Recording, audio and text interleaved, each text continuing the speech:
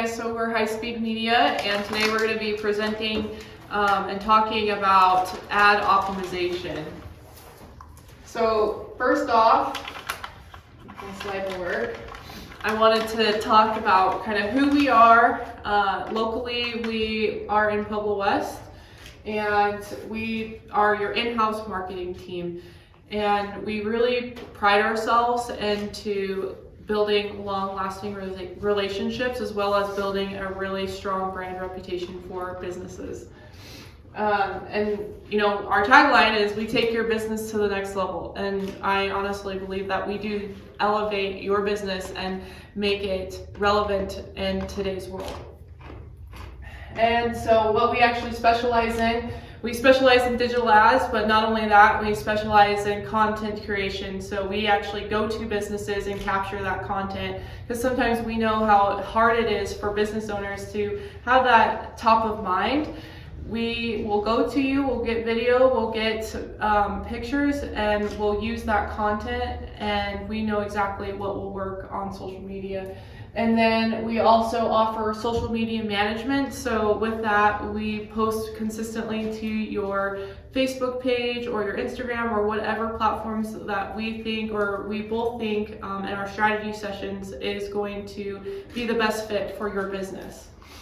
And I forgot to mention, we offer website creation and management. So those are the services that we offer. So what is ad optimization? Reaching users based on their interest. Obviously, if you're running ads, you're paying for them, and you want those ads to reach the people you want them to see. So you don't want to be sending an ad out to somebody that is not in your audience and not somebody that is interested in your products or services. Achieve better campaign performance. There's so many different ways you can do this, from creative styles to copyright, to the audience you run them to, the areas that you run them to, ads. There's so much to them, and a lot of people will try them, don't go into the depths of them, and then they always get mad and wonder, why don't they work for me? It's just probably because you haven't done enough of them to really understand and learn how to run ads. Doing all these things to make ads better, obviously what you want is better ROI. You want whatever amount of money you're spending to return you more money back. It's trying to build that money machine, and how much you spend returns you money back, return on that investment for spending ads. And then when you get that, obviously you have something that works. So some of the platforms that you can run ads on are Facebook and Instagram, TikTok, LinkedIn, and Snapchat. So today we're going to be mainly focusing on Facebook and Instagram, but these are platforms. On TikTok, I would recommend, if you have products, like if you have a makeup or a certain product line, I would run ads on TikTok, because if anybody's on there, they've seen them, right? Yep, because you're able to capture everyone across the world. TikTok is really good for, so we'll walk down through here. So Facebook and Instagram, probably the most powerful ad platform as far as targeting and giving you the ability to really niche down into exactly who you want to hit. On TikTok, it's kind of the wild, wild west right now. It's so new. Everybody's out there just trying a bunch of different things. And this is very creative-based vertical video. So you'll see a lot of ads that are running right now currently that went viral, or a style like that. It's very trendy. LinkedIn, obviously B2B, very business-based, and each one of these kind of, Facebook I'd say is probably close to the cheapest you can run ads. Snapchat you can as well. These two here, there's like a minimum spend, and they kind of run differently. It's a $10 minimum spend a day, so you have to definitely look at ad budget. And then on Snapchat is very interesting as far as when you get in there, if you look at their ad platform, they don't give you anything near like Facebook and Instagram do to target your audience. It's very, very general, very wide open, but it still does a pretty good job at finding those people. So you've probably seen this screen before, boosting a post. Well, a lot of people we talk to, they say, oh, I've run ads, I've boosted posts. This is the easiest way to spend money with Facebook. Boosting a post. So you click on this, and this is kind of what it opens up for you, and then you're able to change and retarget. But a lot of people don't even realize that there are all these different targeting options. So then they just say, oh, I want to spend X amount, and then post and boost the post. Well, now your ad is not optimized and it's going out to everyone, and you don't have a selected targeted audience. So if you go in, and this is where a lot of people say, oh, I boosted post, and I didn't ever see anything. I spent $50 on it. So if you went in here and you said, I'm going to spend $5 a day for 10 days, it's going to run it to everybody from 18 to 65 plus in the United States, and that's who your ad's going to go to. Well, chances are if you're running ads, that's not who you want. If that is the size of your audience, $50 is not going to get anywhere close to finding the right person. So Facebook actually recommends like 20 to 30 a day per ad. We have good luck doing it for less, but that's kind of where they start to really say you should see good results. So you got to be careful. They allow you to spend money very easily in boosting posts. So we actually go into the back end of Facebook, and it's called Ads Manager, where we run ads, and that's where we start building ads. We start by choosing a goal for the campaign. So are we trying to run traffic to your website? Are we trying to get conversions? Are we trying to get leads? Are we trying to build your following and get more followers, page likes? Or are we trying to, what's another one? It's more or less whatever. Well, there's so many different options, engagement, things like that. So figuring out the goal for the campaign is number one. And then we're going to go into designing and creating the content for the ad. So we work with clients specifically on getting the content because we know what's going to convert the best. And I will just throw this out there, we know that video performs the best. It just does. Not that you have to run video, but if you want to drive down the cost of the ad and get better results, video is most likely going to be what gets you there. It just builds a better relationship with the audience, and it just builds trust right away, especially if you're physically on it. Like, I'm not talking about a video that is a graphic and popping up different things. I'm talking about a real person talking and coming, like, saying, will you buy this, or buy this kind of. Let's talk about that for a second. It's optimizing that content. If you're going to put what you're selling 3 minutes in, you're giving people 3 minutes to check out and not follow into what you want to talk about. So 10 to 15 seconds, get your hook in there, and then if you want to talk about it a little bit more, great, but the quicker the better nowadays is really where it's at. So it's that right hook, right? You want to really just tell them what you're about. You're spending the money to put the ad in front of them, so you might as well tell them what you want them to do. Do you want them to go to your website? Do you want them to buy a product? Do you want them to come to your event? What do you want them to do? And as fun and engaging as you can make that video is definitely where you want to go. A lot of people will shy away from the video, but once we get our clients to usually do the video, cost goes down, results go up, and then everybody's happy. But some people just don't want to do it. They're okay with spending more. But if you want to save money, I'd suggest building the video. So deciding on an ad budget, we always have this discussion with our clients. We say, what do you want to spend? And then that's what we start with. Once we start seeing results, we will say, hey, let's turn it up. This is what we suggest.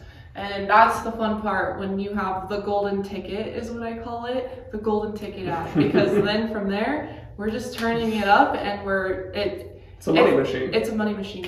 You're printing money at that point. You put this much in, and this much comes back. And probably the biggest, most beneficial thing about social and digital ads, if you put the right pieces in place, like the Facebook Pixel, which we can talk about here in a little bit, and stuff like that to track the results inside of your website, is that you literally know how much you've spent, how much it returns. It's not quite as good as it was about 2 years ago now with the iOS 14 updates. People can opt in and out of this, but it gives you still a really good oversight of what's going on and how much you're spending compared to what's returning. So those are the things that, if I said right now, if you spend $1,000 and we can make 4, are you going to do it? I think most people would say probably yes. So it's just getting that to work is actually the hard part. Once it's working, it's very, very easy to make it keep going. Creating an audience based on your specific location and goals, that's really big when you're a local business.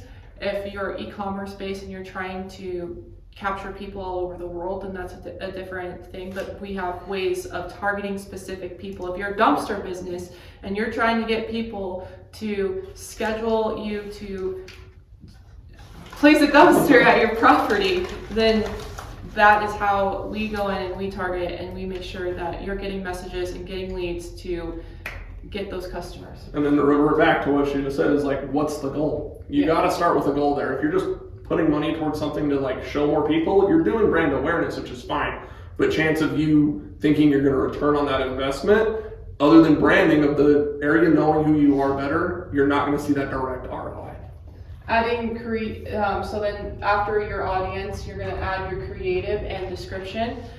This is your right hook. This is where your first sentence needs to be the question or what you're trying to get right away. So if you're trying to get someone to hire you for carpet cleaning, do you need your carpets cleaned? Yeah. Simple as that. But that is literally the first sentence. It needs to be a question. It needs to be a right hook. And then you create the ad and you start watching the results. I think a lot of people, when they're running ads, they just let it spend money, and if it works, it works, and if it doesn't, it didn't. Right? Oh darn, it didn't work. Well, did you watch the results to make sure it was working during that, and then you turn it off and create another ad? A lot of people just let it run instead of turning the ad off and creating another one. It's the repetition of creating a new ad over and over until you find the golden ticket. We'll be 4 to 10 creatives in until we find the golden ticket ad, right, that really returns and works. A lot of people try it once. That's with us having years of experience trying ads and already Sometimes we get really lucky. Sometimes we can build it once and it'll work. Sometimes it'll take 6, 8, 10 times. For somebody starting tomorrow, you might be 20 or 30 ads in before you find something that actually starts to work. Like, you just have to try it and keep going and learning. It's a learning process if you're trying to do this on your own. Building audiences. So custom audiences is a big one on Facebook. You'll see this on pretty much every platform, but Facebook is really, really good. You can actually go in and say Facebook has this thing called a Facebook Pixel. A lot of people don't know what this is. It should be implemented on your website. It's a free piece of code that you implement on your website that then tracks people once they leave Facebook, goes to your website. So you could actually say, anybody that purchased from my website, I want to retarget them. I want to show those people my new product. I want to show them what we're up to now or this event that's coming up. If you have an app, you can track them there. If you have a customer list, you can import it into Facebook. Then obviously meta sources, like if you put out a viral video, say you got 500,000 views, and it was about something that had a product of yours in it, you could retarget the people that watch that video and then try to send them an ad saying, hey, you like that video, do you want to buy that product that's inside of it? And a whole bunch of other things. And Facebook's constantly updating and giving you options to create new audiences. And then we can always go into the typical Facebook building of audiences is just your detailed targeting, like we talked about a little bit ago, where it's just the interest involved. So then the next step, and this is if you're talking to Facebook right now, you're talking to reps at Facebook, is the lookalike audiences. So lookalike audiences can be unbelievably powerful, but you have to start here with getting people to your website, to your Facebook page, interacting with your content, and then what you can do is you can build a lookalike off of that. So what that means is if I had somebody come to my website and purchase something, that's a very targeted person that obviously liked my product. So what I want to do is I want to take all the people that purchase from me and I want to send an ad at anybody that looks like them. As you can imagine, that's a very, very powerful thing, and Facebook knows probably more about you than you know about yourself. So let them figure out who looks like your audience. So we went from boosting a post to creating an ad to letting that run to driving traffic to now creating a lookalike of an audience. As you can see, we're down this path of spending money, working on an ad budget, and really developing into this funnel within ads. But I can tell you, if you can get to this point and you can give Facebook the best data possible, they're pretty good at figuring out who those people are.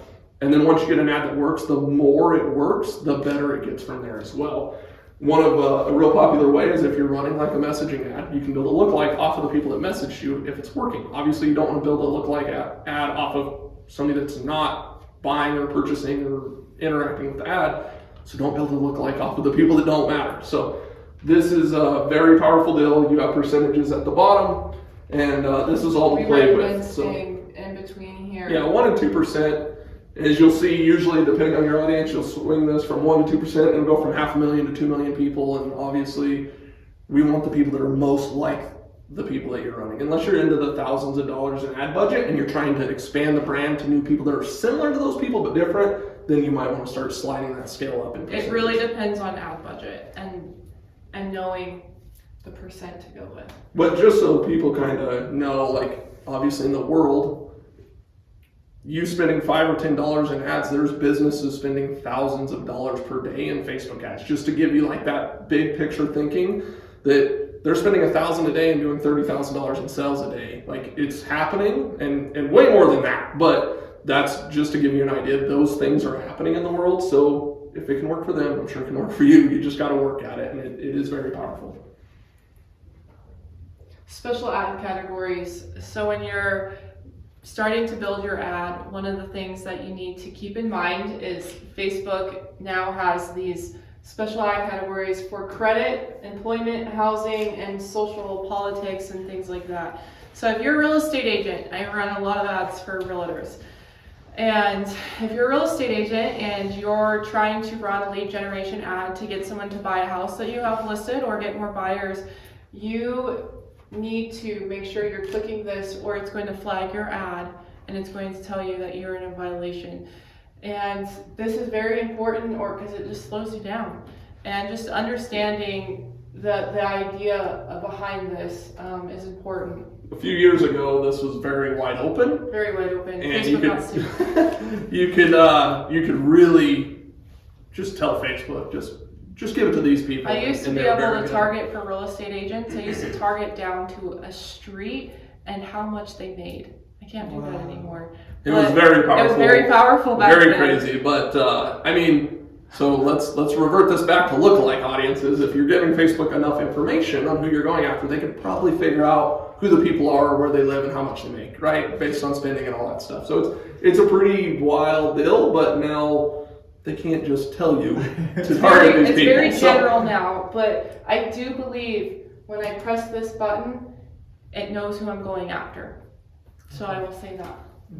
They have AI things, right, that you read, and if you say you're trying to sell a home for $500,000, I think Facebook knows how to read your ad and say that there's a $500,000 price tag inside that ad, and probably knows how to point to the people that it's that probably will resonate with that best. A/B testing.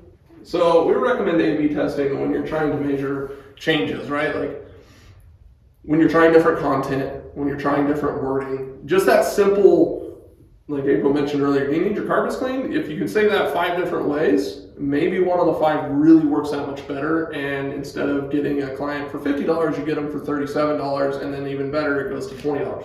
Awesome, right? That's the whole goal. So you can actually, in Facebook, build A/B tests.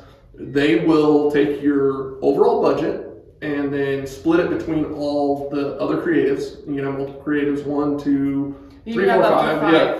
So it will kind of do the work for you. Instead of you needing to build 5 different ads and run 5 different budgets to figure out which one works better, it will do the work for you, which is super powerful. But again, you got to spend some money to play with that because it needs enough money to run multiple creatives. So you'll set a duration. And at the end of the duration, it will tell you out of the 3 to 5 campaigns that you're running, which one did the best. So for example, you can, what I like to do is I will create an ad, and if I'm wondering, is this really working anymore? I can select that ad and I can run an A/B test against that ad specifically, and then put my new descriptions and content in there, and at the end of it, it will tell me, was the ad that I was running really working, or are these new ads kind of the way I need to go? And that's pretty fun, because I have noticed that there are things that I could have done better, and then I turn that ad on and it's working. And before, you'd literally probably, I don't know, 6 months, a year ago, if you built that ad, it would run kind of different ads together. Now you can tell it a different picture and a different headline and a different description, and it will play with the variations for you, which is really cool. It saves you from doing a whole lot of work. Increase your ad click-through rate. So call to action button is a very great way to convert people into sales leads and customers. Your call to action button can be learn more, call now, message now, Shop now. Yeah, shop now. As you can see, it's a very call to action type button. You're wanting them to do something. Visit the website, go over here, buy something from us now. So if you're doing that type of ad, don't be afraid to say, go buy it. Provide a clear call to action. Write a simple, clean copy that gets straight to the point. And optimize your click-through rate will help you drive down costs and deliver better results. So just being straight to the point when you're running these ads. What is CPR? Cost per result is big on Facebook. You'll see a lot of other variations. People, Google World will say like cost per click and all that type of stuff. But really it's cost per result is, now that we have all the data and it will tell us the data, let's look at the result. We spent this much to make them do this. We spent this much and we got this in return. So cost per result is pretty much everything. It's what you can justify if it worked or didn't work for you. So you can use this to compare it to different performances and different ads across creatives. Sometimes you'll just want brand awareness, maybe telling the local audience and community, showing it to, like, if you're going to spend money to put something in a newspaper, how many people does it see? How much money does it cost to do that? Facebook will tell you, to show this ad to 1,000 people, this is what it costs. If it's $5, is $5 worth it to you? Is $10? Is $50? It just depends on you, your business, and your product and your services, what you can justify it through, but the cost per result at the end of it is everything. Obviously, this bid can, this metric can help you decide, like, how much do we want to spend for that? Maybe it's $3 and you're good with $30, so then you just want to scale up your ad until you spend your $30, and if the results are still coming in, great, why not spend some more? But these are the ways you can really tell, is your ad optimized? Now we've done all the work, we figured it all out. Is it optimized or is it not? If these numbers don't jive with what you need them to, then they're not there. We have businesses that some ads just, the cost to sell their good just doesn't work out. Like, you can't make it happen. So then you go to organic, and how do we build this brand, and how do we get people in for free, even though your time and energy is built to do that? That's sometimes where you have to go. So some products work. An ROI for a client, for some people, is thousands of dollars. Sometimes it's $20, it's $5. So it just depends on each business. Yeah, and I think that's about it. Cost per message, landing page view, conversion, like if you're selling something, conversion, page likes is something people go after. Obviously, cost per result of what are you wanting them to do. Ad quality ranking. So you can check your ads quality score in the ads section of the Facebook Ads Manager. So this is just the overall quality of how your ad is performing, and that is a metric in there, and you can read that by percentage. And one way to increase your ads performance is doing a video. So if your graphic isn't working or a picture you're working, I would run an A/B test with a video, and I would try to see if you can get a higher conversion. And then test the ad as often as you can in a variety of different ways. It's important to constantly run new ads to figure out your golden ticket. Yeah, so what that means is, just because you started it and you ran it this week, it might have worked. Next week it might fall off. Facebook can make a change to the audience, and all of these things can happen, and your ad can go downhill fast. So you constantly have to watch it. You might have to just change it, update it, and keep working it. It's not like even though you get the golden ticket, it's not done. You have to keep working on it, and if you wear the audience out, and Facebook does a good job at telling you, like, we've shown this ad to a lot of people a lot of times. You might be fatiguing the audience, so then you can go back. Doesn't mean you have to completely change it, but maybe instead of a green background, it's an orange background. Instead of this copy, it's that copy. It's similar, but it's different enough that it might change the way the audience sees it. I wanted to show you an ad that I ran. So when I came onto the business a year ago, we created this piece of content, and it says, "We'll do marketing for money." I had this sign. It's a running joke because we were told that we would fail, basically. And I made this as a post, and I was like, heck, I'm just gonna run it as an ad. I just started running ads for the business, and it ended up doing really, really well. Not that I want my business or our business to be built off of this, but it's a fun way showing everyone that you don't know what piece of content is going to do really, really well. We've actually had, as you guys can see, 648 comments on this ad. 648 comments in 20 Yeah, years. so it's a bright ad, April's in it, and then a trending thing kind of that happened even a while back, we're way late on it, was people holding up cardboard signs saying something, right? We saw that all over social, so might as well hop on that trend and see if we can use that to project and help us with this. But so I started running this ad, and I duplicated the post, I ran an A/B test, I just tweaked my audience just a little bit. I ended up getting 331 messages at $2.17. So out of this, I ended up getting 5 clients, which we've spent $718, and that has tripled our, our business, our revenue. So it's super interesting. This is just one example how you can speed up your business by running ads. yeah, it was super powerful. But then in the comments stuff, you'd even see people that would say like, oh, this isn't a very good way to do it, or like you'd see a lot of negativity. You'll see negativity in ads and all this stuff, and there's a lot of negative out in the social media world.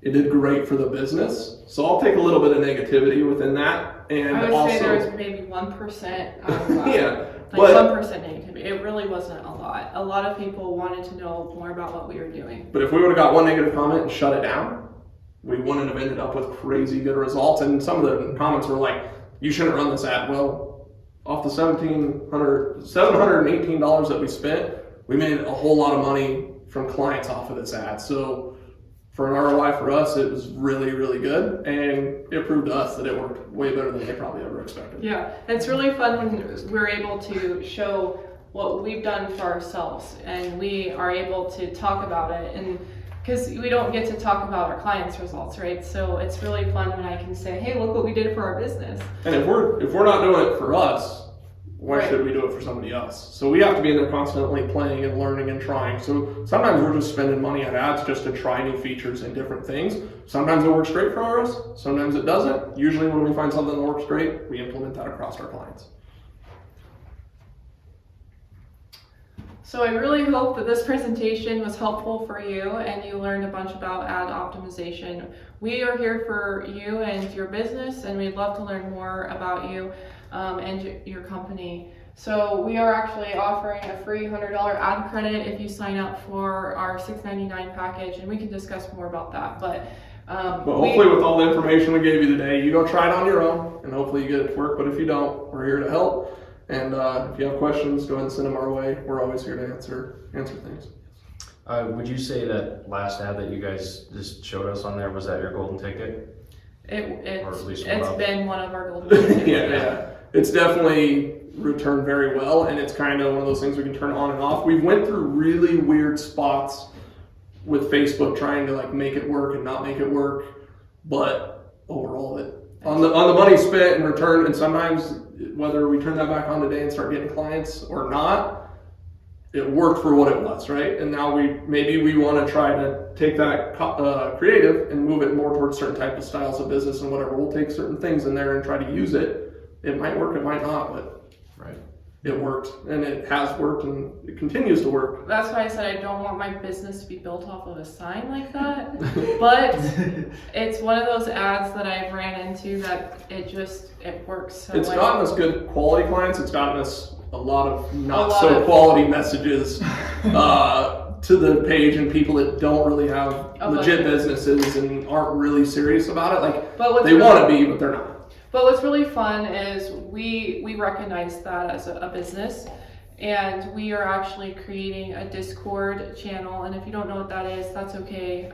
It's an app, and we're actually going to be building this group to consult business owners that don't have a budget right away for marketing, but that can access us and ask questions and get our tips and advice. And we will share what we know that works in there. It's going to be a low-cost monthly fee. But we'd love for you to join that as well. Please reach out to us if you're interested. But that's one thing I noticed running this ad is there's not a lot of businesses out there that have that budget right away. So now I get to go back and retarget them, and I get to say, hey, look, we have this. And not only that, I have all their information in my inbox. So now I get to go back through my inbox and say, hey, we just created this group. We'd love for you to join. And hopefully that turns into something like we spent, $700, and hopefully now we can capture them a different way with a revenue source. Yeah, so thank you guys so much. And Dante. Another question, sorry. Yes, sir. Okay, so I've for example, I boosted through Instagram within Instagram, and then Facebook within Facebook. When you go to the Facebook ad manager, does that cover both Instagram and Facebook? Can you do both? Yes, it And does. is it better to do it through that, or is it better to do it Yes. separately? I would say, so if you're trying to run something specifically through Instagram, you'll get good results, but if you want to just target one or the other platform, you can do that in Ads Manager. But if you're building an ad, you can go after both. So usually within Instagram, right, you are taking a post that you have and you say, I want to put money towards this. Let's run more money and promote this post. On ads, if you don't want something in your feed that's super right hook ad, you can go build it in Facebook and it only shows up as a sponsored post in an ad. It's not in your feed, it's not there. You can control, do I only want it in stories? Do I only want it in the feed? Where do I want it? What do I want it to do? And you have more options. But there are certain ways to promote stuff on Instagram, but if you get good and comfortable at building stuff in Ads Manager, you just have more control. Gotcha, cool, thank you. You're welcome. Any other question? Oh, yes. I have a question. So if you're building ads for Facebook and Instagram, is it better to have a completely different creative for Instagram because you're going to different demographics and it's a different feel to Instagram than it is Facebook? So, or would you continue to do the same on both? sure, you can absolutely optimize the creative for a certain platform and run it towards that. The great thing with Facebook is you can take that creative, give it to Facebook, tell them how much you want to spend, and if it starts to over-index on Instagram, it's going to put the money towards Instagram.